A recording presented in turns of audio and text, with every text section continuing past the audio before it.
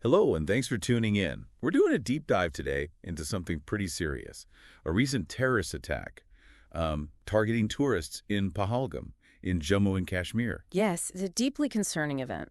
We've gathered information from, well, several news outlets, YouTube reports, from Times of India, India Today, and also Republic World's coverage. Right. And our mission here, for you listening, is really to get past the immediate headlines.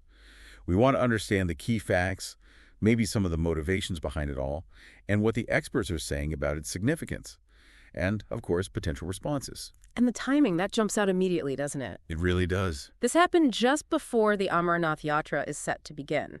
Plus, you have the U.S. Vice President visiting India, and the Indian PM was on a diplomatic trip in Saudi Arabia. Exactly. So, naturally, there's immediate speculation. Is this all connected? Or just, coincidence? It's the big question right now. And the initial reports coming out, they were a bit all over the place regarding casualties, weren't they? They were.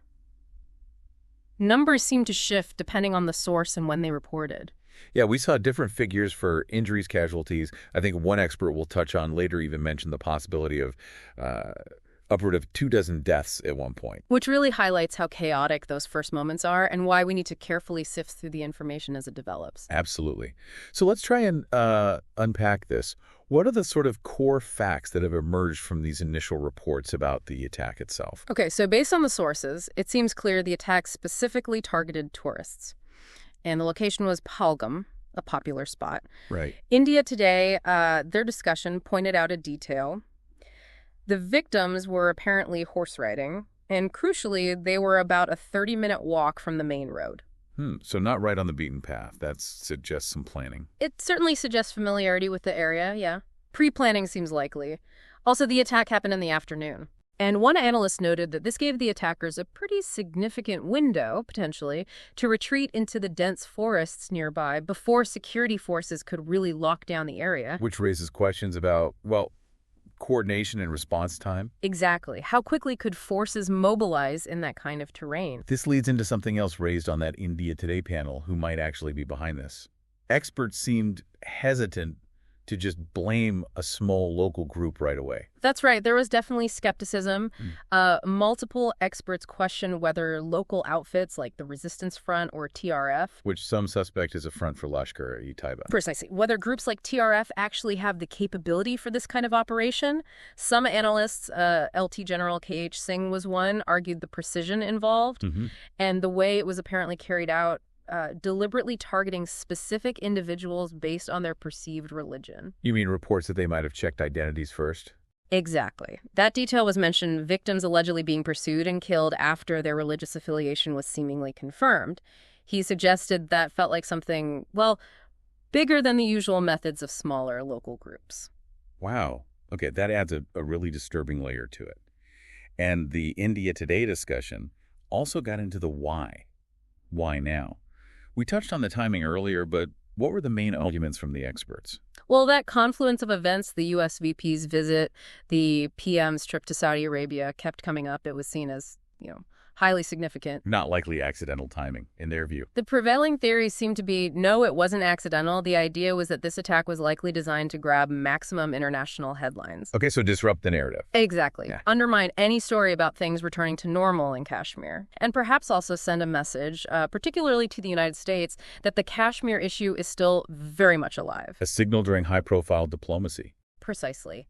One expert even suggested Pakistan might be trying to frame the situation for the U.S. as, primarily an internal Indian issue, deflecting from the cross-border terrorism aspect. It's interesting.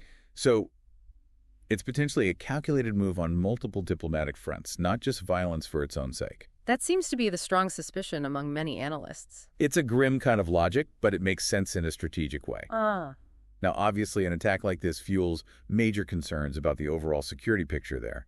What do the experts say about the potential impact on tourism that's so important for the local economy? Yeah, Susan Sarin on India Today made a really interesting point. She noted that while tourism might be a relatively small slice of Kashmir's overall GDP, right, successful tourist seasons are powerful symbols of normalcy, and that perception of normalcy is clearly something the attackers want to destroy. So hitting tourism hits that symbol hard. Exactly. The consensus was that this incident will almost certainly deter tourists at least in the short term. Which has real economic consequences for ordinary Kashmiris. Absolutely. People who rely on tourism for their livelihoods get hit, regardless of who orchestrated the violence or why. There was even a story shared, I think, about a newsroom producer. Yeah, someone who had actually planned a trip there, but whose family then strongly advised against it after the attack. It just shows that immediate fear factor. Understandable, completely understandable, that immediate chilling effect. Okay, so beyond the tragedy, beyond the tourism impact, there are these broader strategic questions, which inevitably leads to what should India do? How should India respond? Right. And the experts, well, they had quite a range of opinions on this, didn't they? Oh, definitely. A whole spectrum. On one end, you had calls for immediate and quite forceful military retaliation. Like who? Susan Sarin, for instance, was quite vocal about this. She suggested India should basically have pre-identified targets ready to go, swift, decisive action without getting too bogged down in worries about escalation. So hitting back hard and fast. Yes. She even mentioned things like targeting high-value individuals or known terror camps. Okay. But then there were more cautious voices, too. Yes, absolutely. People like LT General Tiny Dillon, for example. He really emphasized the need for a considered response, looking at all the options: military, diplomatic, political, economic. A broader toolkit. Right. And crucially, verifying targets, having a clear plan before taking any action that could, spiral. Makes sense. What about the intelligence perspective? Well, Yashir Madanazad, formerly of the Intelligence Bureau, he argued for a more calibrated approach. His focus was on gathering solid, irrefutable proof first. Proof of Pakistan's involvement. Yes. Using agencies like the NIA, build the case, present it internationally, then decide on further steps. He also questioned, quite pointedly, how effective past military actions have actually been in the long run. Like the responses after Uri and Pulwama. Exactly. He sort of suggested that while they might have felt decisive at the time, they haven't really stopped cross-border terrorism fundamentally. That's a critical point. And then on Republic World, we heard from General G.D. Bakshi. His tone was, understandably, quite different. Much more assertive, yes.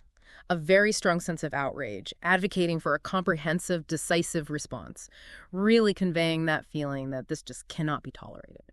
So a real range from immediate strikes to careful evidence gathering. And what's interesting, as you mentioned, is that recurring debate about past actions.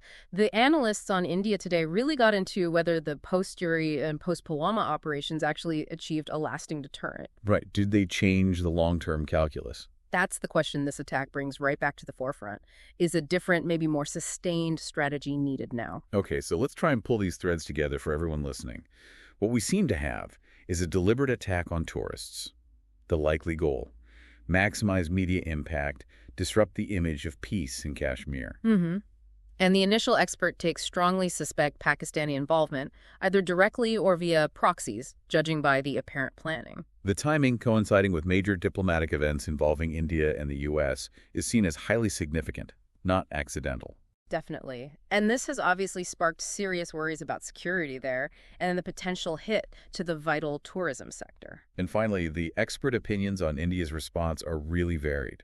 Everything from immediate, hard military action to much more cautious, evidence-based approaches, considering the wider diplomatic and economic picture. And underlying it all is that debate about whether past retaliations have truly worked long-term. Right. Which brings us to the final point, really, something for you, the listener, to think about. Considering all these different viewpoints, the expert analyses, and the very real risks of things escalating, what do you think is the most critical factor India should weigh up in its response right now?